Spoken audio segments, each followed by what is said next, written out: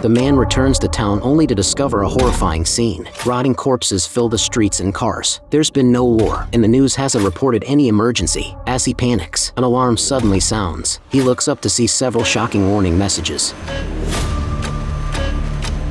Ish doesn't know what terrifying disaster has befallen the world during his 3-week unconsciousness. He's just an ordinary geologist who lives in the deep mountains. That day, Ish went out to collect samples as usual but was accidentally bitten by a venomous snake. He tries to call for help, but the intense pain makes it impossible to hold his phone steady. No!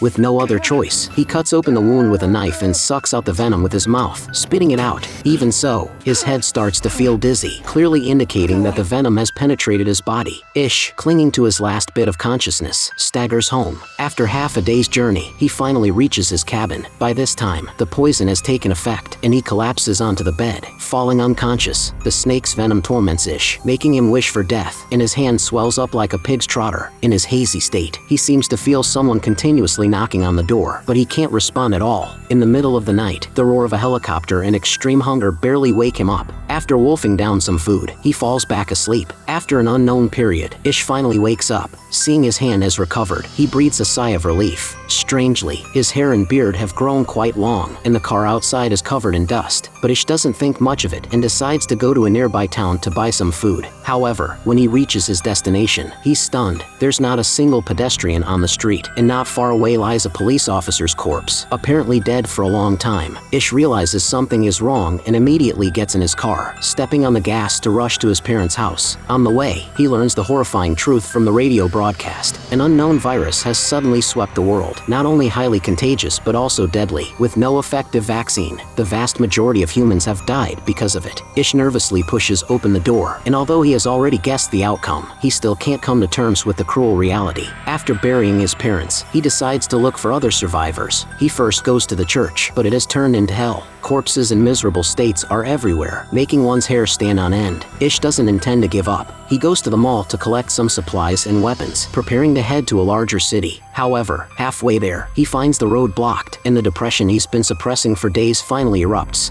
No! Wake up, Ish. Wake the fuck up!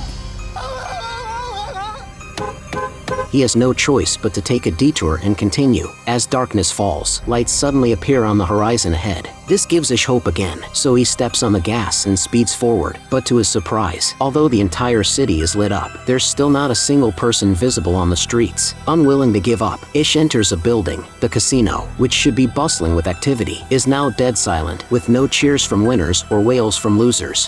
Where the fuck is everyone? Exhausted, Ish finds a luxury hotel and enjoys a comfortable bath. Afterwards, he goes to a bar, intending to numb his chaotic mind with alcohol. However, just as he's halfway through his drink, Make mine a double.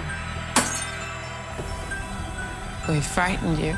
I apologize for not having you. the sudden appearance of survivors makes Ish feel as if he's dreaming. They don't mind Ish's nakedness at all. After all, decency is worthless in the apocalypse. Through conversation, Ish learns that the two of them were here on a business trip when the virus suddenly broke out, turning the entire city into a ghost town in just one day. Strangely, they weren't affected at all. The old man says he has no family left and plans to spend the rest of his life here. When the food runs out, he'll end himself with a gunshot. But Ish doesn't plan to give up. He invites the woman to search for other survivors together. But to his surprise, she refuses to. The woman's husband and son have just died, and she's lost hope in life. Rather than pursuing a vague hope, she'd rather do more enjoyable things while still alive. But Ish is in no mood for sport now. He doesn't want to just wait for death in a daze. However, just as he leaves, 2 gunshots sound from behind. He understands what has happened, but it's too late for regrets now. He vents his emotions like a madman, stepping on the gas pedal to the max, speeding aimlessly down the road. Suddenly, a small dog appears in the middle of the road, instantly bringing Ish back to his senses. No matter how depressed he is, life must go on, and at least now he won't be lonely. How fucking lucky are you? He names the dog Lucky and brings it back to the small town where his parents lived. He also takes many books from the library, hoping to find the source of this disaster through research. Gradually, he adapts to this kind of life. However, one day Lucky suddenly starts barking incessantly. Ish walks to the balcony and surprisingly discovers a wisp of smoke rising in the distance. His long-dormant heart starts to stir again. And what can take root in the space between hope and everything that is still yet to come?